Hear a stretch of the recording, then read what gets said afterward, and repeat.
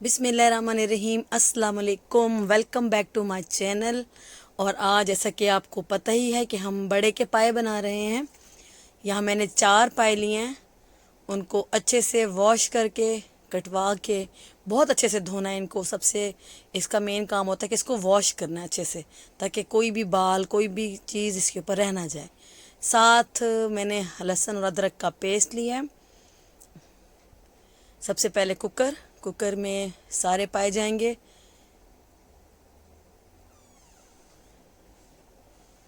और इसके अंदर पानी, इतना पानी डालना है कि पाए डिप हो जाएं। अच्छे से फुल कवर करना है। मैंने 2 जग पानी इसमें ऐड किया है।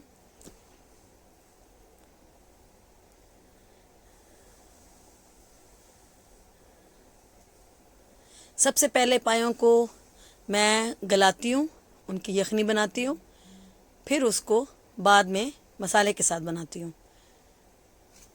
यहाँ मैं लहसुन और अदरक का पेस्ट मैंने 2 चम्मच इस टाइम पे डाला है।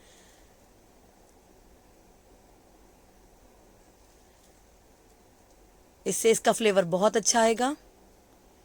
1 चम्मच हल्दी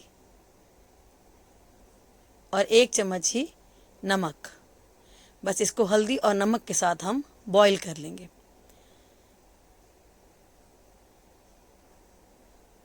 बस इसको कवर करके ये 1 घंटे के अंदर गलेंगे, क्योंकि ये बड़े पाए हैं तो गलने में टाइम लेते हैं। बस हम इसको छोड़ देंगे और अब हम इसके मसाले की तैयारी करते हैं। साइड पे मैं इसका मसाला पहले भूनूंगी। यहाँ मैंने 3 टमाटर लिए हैं मीडियम साइज़ के, और 5-6 हरी मिर्चें थी जो कि मैंने ग्राइंड करके एक साथ उनको प्याली में रख लिया है। लहसुन और अदरक का पेस्ट 1-1 चम्मच जाएगा मसाले के लिए। सबसे पहले कढ़ाई में आधा कप ऑयल,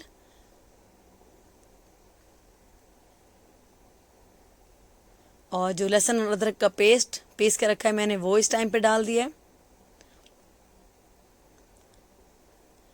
इसको बहुत अच्छे से फ्राई करना है, भूनना है इसको। लाइट पिंक कलर जब तक नहीं आ जाता तो इसको अच्छे से फ्राई करना है। ये देखिए हमारा लाइट पिंक से हो गए हैं।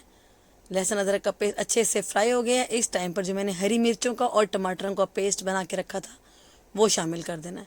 हरी मिर्ची आपके टेस्ट के हिसाब से हैं कि जितना आप तीखा पसंद करें। यहाँ 4 पाए लिए थे मैंने, तो मैंने 6 हरी मिर्चें इसमें ऐड की थी 3 टमाटरों के साथ, क्योंकि इसकी बहुत ज़्यादा ग्रेवी नहीं बनती। जो लोग पायों में बहुत सारे प्याज डाल देते हैं, बहुत सारे टमाटर डाल देते हैं, वो बिल्कुल सही तरीका नहीं है, क्योंकि पायों का अपना फ्लेवर होता है। उसके अंदर प्याज डालने की कोई ज़रूरत नहीं होती। 2 चम्मच भर के लाल मिर्च या आपके टेस्ट के हिसाब से। 1 चम्मच नमक, क्योंकि मैंने बॉइलिंग पॉइंट पर भी 1 चम्मच नमक ऐड किया है, तो थोड़ा सा संभल के। 2 चम्मच धनिया पाउडर, सूखा धनिया।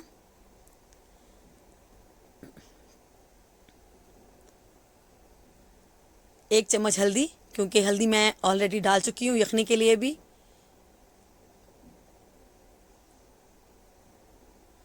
और 1 ही चम्मच गरम मसाला जाएगा पिसा हुआ।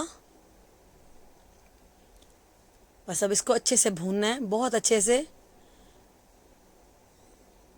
जो लोग बहुत सारी थिक ग्रेवी बनाते हैं वो बिल्कुल अच्छा नहीं, बिल्कुल सालन वाला टेस्ट आता है। पायों का अपना एक अपना जायका, अपना फ्लेवर होता है, तो उसके लिए इतना ही मसाला इनफ है।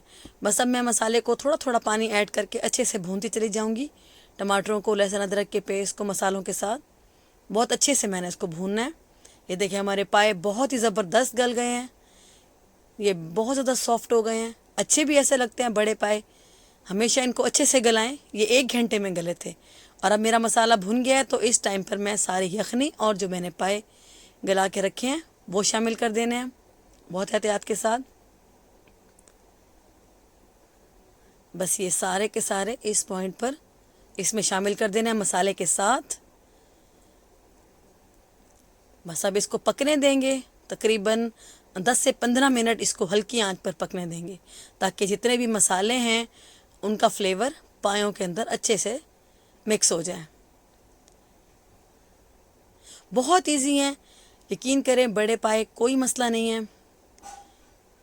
बस अब इसको ढक्कन देकर मैं 15 मिनट के लिए लो फ्लेम पर छोड़ दूंगी, क्योंकि पायों का अपना फ्लेवर होता है, पायों की अपनी थिकनेस होती है। तो उसको कभी भी ज़ाया नहीं करना। और ये जितने लाइट बनाएंगे ये उतने अच्छे बनते हैं, जितने इनको मसाले हम डालेंगे ये उतना ही बहुत स्ट्रॉन्ग फ्लेवर आता है, तो वो अच्छा नहीं लगता पायों में।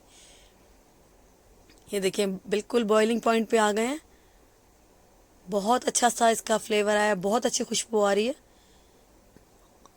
देखिए कितनी इसकी अपनी थिकनेस ही इतनी ज़्यादा होती है। बड़े पायों को जब आप पकाते हैं तो इसका अपना एक ख़ास इसकी थिकनेस होती है इसके शोरबे में। बस तकरीबन 10 से 15 मिनट हो गए हैं। अब मैं 1 चम्मच गरम मसाला लास्ट में ऐड करूँगी।